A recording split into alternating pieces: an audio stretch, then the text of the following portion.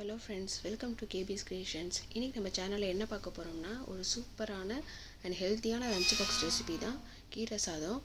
நான் இன்றைக்கி முளைக்கீரை எடுத்திருக்கேன். கீரையில் தூசி அழுகல் எதுவும் இல்லாமல் பார்த்து அலம்பி எடுத்து வச்சுக்கோங்க. ஒரு கை எடுத்துக்கோங்க. அதோட கொஞ்சோண்டு ஜீரகமும் கொஞ்சோண்டு கல்லுப்பு சேர்த்துக்கோங்க. தேவையான அளவு கல்லுப்பு எடுத்துக்கோங்க. அதோட கொஞ்சோண்டு தண்ணி விட்டுட்டு, கொஞ்சமாக தண்ணி விட்டாலே போதும் கீரைக்கு, ஏன்னா சீக்கிரமாக மசிஞ்சிடும்.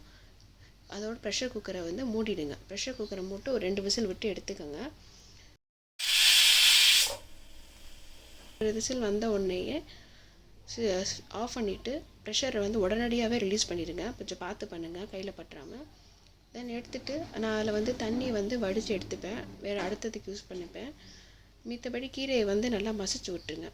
நல்லா மசிச்சிங்கன்னா, அது ரொம்ப மெனக்கிட்டு மசிக்க வேணாம், சீக்கிரமாகவே மசிஞ்சிடும். மசிஞ்சதுக்கப்புறம் அதோட கொஞ்சம் திருமாறுறதுக்கு எண்ணெய் விட்டு கடுகும் பெருங்காயமும் சேர்த்தாலே போதும். கொஞ்சோண்டு கடுகு எடுத்துக்கோங்க.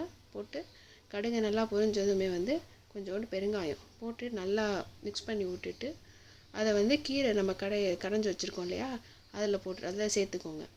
சேர்த்துட்டு நல்லா மிக்ஸ் பண்ணிவிடுங்க. மிக்ஸ் பண்ணி விட்டிங்கன்னா ஒரு சூப்பரான கீரை கடையல் சட்டுன்னு ரெடி பண்ணிடலாம். இதுக்கு பெருசாக டைம் எதுவுமே எடுத்துக்காது. நெக்ஸ்ட்டு சாதம் சூடான சாதத்தில் 2 ஸ்பூன் நெய் விட்டு இந்த கீரை கடையிலும் சேர்த்து நல்லா கலந்து விட்டுக்கோங்க. கலந்திங்கன்னா ஒரு சூப்பரான லஞ்ச் பாக்ஸ் ரெசிபி கீரை சாதம் தயாராகிடுச்சு. இதோட தொட்டுக்க நான் இன்றைக்கி உருளைக்கிழங்கு பண்ணியிருந்தேன். ஸோ அதையும் வச்சு பாப்பாவுக்கு லஞ்ச் பாக்ஸ் கொடுத்தாச்சு. சூப்பரான கீரை சாதம் ரெடி பண்ணியாச்சு. நீங்களும் இந்த மாதிரி பண்ணி பார்த்துட்டு எனக்கு கமெண்ட் பண்ணுங்கள். மறக்காமல் நம்ம சேனலுக்கு சப்ஸ்கிரைப் பண்ணிக்கோங்க. தேங்க்யூ.